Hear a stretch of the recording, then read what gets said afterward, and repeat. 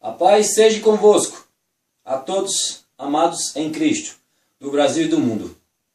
A palavra de reflexão que eu trouxe para a gente hoje, refletirmos, está no livro de Melaquim Beit, no hebraico. Para nós, 2 Reis, capítulo 6, dos versículos 8 ao 18. Vamos ler.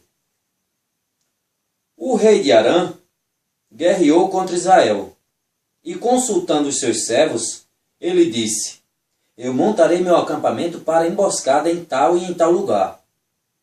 O homem de Deus enviou esta mensagem ao rei de Israel: Tenha cuidado e não passe em tal lugar, porque Arã atacará ali.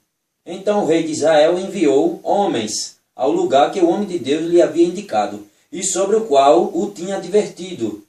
E quanto a esse lugar, ele tomou precauções especiais. Isso aconteceu mais uma ou duas vezes, e desagradou grandemente ao rei de Arã. Este chamou seus servos e lhe disse: Digam-me, qual de vocês estão me traindo a favor do rei de Israel? Um deles respondeu: Não é isso, meu senhor rei.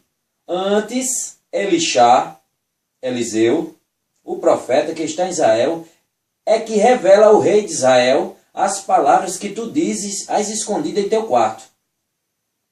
Ele disse: Vão e vejam onde ele está, para que eu possa trazê-lo aqui. Eles lhe disseram: Ele está em Dotã. Então ele enviou para lá cavalos, carruagens e um grande exército.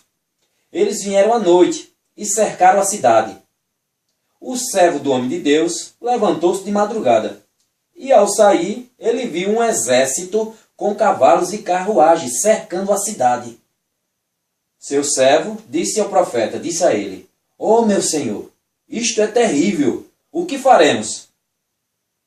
Ele respondeu, o homem de Deus disse: Não tenha medo, aqueles que estão conosco são mais numerosos do que aqueles que estão com eles.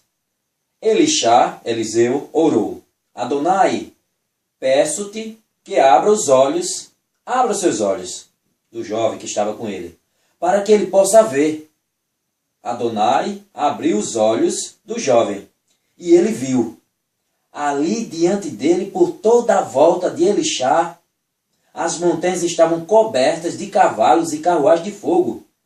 Quando eles vieram até ele, Eliseu orou a Adonai: Por favor, fere esse homem com cegueira. Fere esses homens com cegueira. E o Senhor os cegou, obedecendo e atendendo ao pedido do profeta. O que podemos tirar dessa mensagem? São dois exemplos de pessoas. Um exemplo de um servo verdadeiro, um servo ou uma serva, também se encaixa, um verdadeiro servo de Deus e uma verdadeira serva, na pessoa do profeta Eliseu. E outra, o falso crente e o povo do mundo. E nem todo o povo do mundo, viu? Na parte, na característica, na pessoa do servo do profeta. Vamos começar pela parte que fala do servo do profeta, que teve medo com os perigos que encontrou ali. A gente encontra hoje em dia muitas pessoas que se dizem servos e servas de Deus, que professam que conhecem a Deus, mas nos primeiros momentos de agonia, de dificuldade, desse tamanho, já se desesperam. É claro que nós somos pequenos e somos falhos, somos limitados, e a gente se apavora com algumas situações da vida. Mas a gente tem que parar. Para e pensa: não, peraí, eu sirvo a um Deus poderoso, então não devo me amedrontar com essas coisas. Agora, tem pessoas que seguem esses falsos profetas que estão por aí, ó, que diz logo: você está sofrendo porque não tem Deus. É os falsos profetas, é os discípulos dos falsos profetas dos Estados Unidos, como Kennedy Hagin, Ben-Hur. Aí muitos hoje seguem esse sistema, que o crente não sofre. Está sofrendo porque não tem Deus, conversa. Preferem acreditar nesses falsos profetas do que em Jesus. Olha o que a Messias disse: no mundo terás aflições. Onde é que ele está dizendo aí que um servo não vai sofrer? Onde é que ele está dizendo aí que um servo não vai passar por tribulações? Onde é que ele está dizendo aí que um servo não vai adoecer? Onde é que ele está dizendo aí que um servo não vai morrer? Não vai pegar um câncer e não vai morrer. Onde ele está dizendo? Pelo contrário, é o que ele disse. Acaso o servo é maior do que o seu senhor? Não. Se me perseguem, vão perseguir vocês também. Do mesmo modo. Aí esses falsos profetas que estão espalhados que dizem: você está doente, está passando por isso porque você não tem Deus. Quer dizer que, pronto, o profeta Eliseu mesmo. Essa passagem que trouxe hoje para a nossa reflexão. O profeta Eliseu, mais à frente de sua vida, ele pegou uma doença incurável e morreu. E aí? O que é que esses falsos profetas têm a dizer? Ele pegou uma doença incurável mais à frente e morreu. E aí? E aí? Esse homem não tinha Deus? E os apóstolos? Todos mortos. Crucificados de cabeça para baixo, jogados em tachos quentes, enforcados, degolados. Todos sofreram martírios. Todos morreram de forma bárbara. Com exceção aí Yohanan, João, que terminou na ilha de Patmos. É o emissário, o apóstolo, que o Senhor apareceu a ele e mostrou e revelou o Apocalipse, o que ia acontecer para o futuro. Mas os outros todos morreram. E aí? Aí eu conheço a Deus, eu professo a Deus, como Paulo falando para Tito. Dizem que conhecem a Deus, mas nega ele com as obras. Nos primeiros momentos de agonia e de dificuldade, se desesperam. É o exemplo desse aí. É o exemplo desse aí, desse servo do profeta, que quando viu a cidade cercada de um exército, se desesperou. Mas veja a atitude de um verdadeiro servo, de uma verdadeira serva de Deus. Calma, não se preocupe. Porque quem está conosco, quem está ao nosso lado, é muito mais poderoso e muito mais numeroso do que as dificuldades e os aperreios que você passa no dia a dia.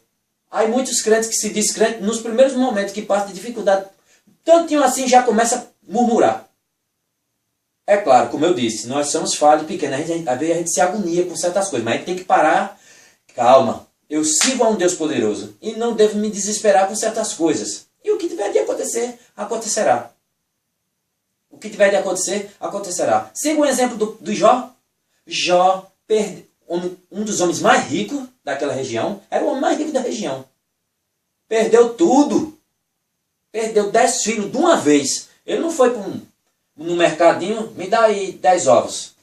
Aí botaram num saco e ele chegou na rua, tropeçou e caiu e quebrou os 10 ovos. Não, foi 10 filhos de uma vez. Perdeu 10 filhos, perdeu os gados, perdeu a plantação, perdeu tudo, ficou sem nada. Foi assolado por doenças da sola do pé ao fiapo da cabeça. E o que é que ele disse? Olha, que sofrimento. Nu eu vim para essa terra e nu eu voltarei.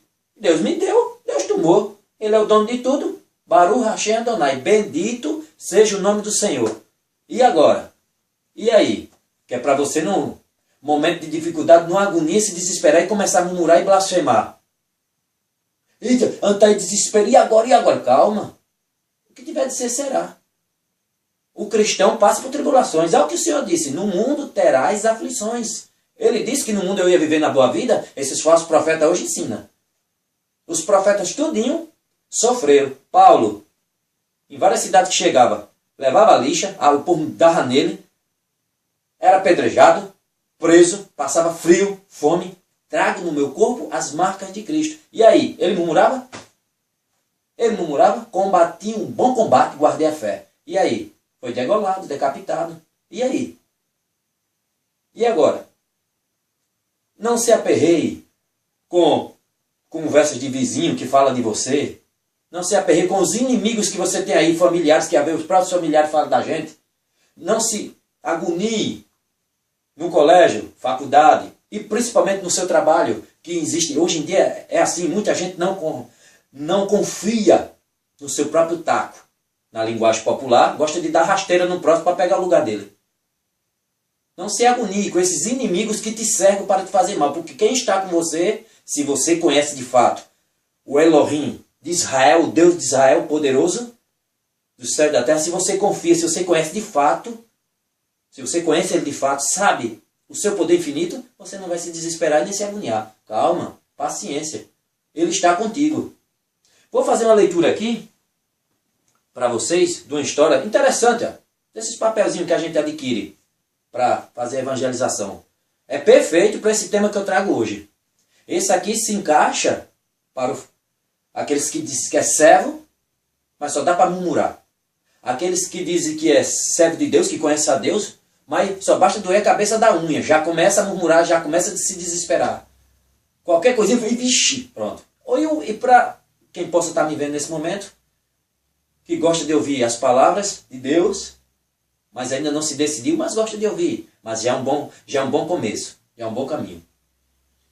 Que se desespera, ou você que está afastado, ou você que por um acaso ligou seu computador agora, não é servo nem nada, mas ligou o computador agora e se deparou com essa mensagem, está passando por algum momento de alguma batalha, alguma guerra, os inimigos te cercam e você pode estar desesperado de alguma forma. Veja só essa mensagem. E principalmente, se encaixa também principalmente para aqueles murmuradores de dentro das igrejas. Vejam só, é perfeito para vocês. Vamos lá. Uma noite eu tive um sonho. Essa história é linda. Uma noite eu tive um sonho. Sonhei que estava andando na praia com o Senhor. E, através do céu, passava cenas da minha vida. Para cada cena que se passava, percebi que eram deixados 2 pares de pegadas na areia. Um era meu e o outro do Senhor. Quando a última cena da minha vida passou diante de nós, olhei para trás, para as pegadas na areia, e notei que, muitas vezes, no caminho da minha vida, havia apenas 1 par de pegadas na areia. Notei também que isto aconteceu nos momentos mais difíceis e angustiantes do meu viver. Isso me aborreceu. Deveras, eu perguntei então ao Senhor: Senhor, tu me disseste que, uma vez que eu resolvi te seguir, tu andarias sempre comigo todo o caminho, mas notei que, durante as maiores tribulações do meu viver, havia na areia 2 caminhos da vida apenas, 1 par de pegadas. Não compreendo porque nas horas que eu mais necessitei de ti, tu me deixasses. E o Senhor respondeu ele, veja que lindo, isso é real, isso é real. E o Senhor respondeu, vejam só, isso é pura realidade. Meu precioso filho, eu te amo muito e jamais te deixarias nas horas da tua prova e do teu sofrimento. Quando viste na areia apenas 1 par de pegadas, foi exatamente aí que te carreguei nos braços. E aí? Quando ele olhava, nos momentos mais difíceis, olhar só tinha 1 par de pegadas, oxi. Nos momentos alegres vinha 2, agora na hora da agonia só tem 1 par. Mas era nesse momento que o Senhor carregava ele no braço, o ajudava. E aí? Isso é a realidade. Porque Deus amou o mundo de tal maneira que deu o seu Filho unigênito para que todo aquele que nele crê não pereça, mas tenha a vida eterna. E ao Hanan 3,16. João 3,16. E aí? Não se desespere, não se agonie. Tome exemplo de Jó. Tome exemplo do profeta. Que em meio às adversidades humanas, nas agonias, mas estava num nível espiritual grande, alto. E conhecia bem o poder de Deus. E na hora da agonia, mesmo que pareça impossível a batalha que aparenta à sua vista, que parece que você não vai vencer, mas tenha fé. O Senhor está contigo naquele momento. É muito mais poderoso do que qualquer inimigo que possa ter aí fora. Não se desespere. Acaso Deus não é mais Deus? Só era Deus naquele tempo, não é mais hoje? Eu sou o mesmo ontem. Hoje sempre serei o mesmo. É o eterno. Tenha fé. O que tiver de ser, será. É tudo na vontade e no tempo do Senhor. Confie. É o Deus do impossível. E esta é a mensagem que trago para vocês, amado, hoje. Que Deus os abençoe, tragam paz, esperança, encha seus corações de entendimento de sua palavra. Até a próxima. Amém.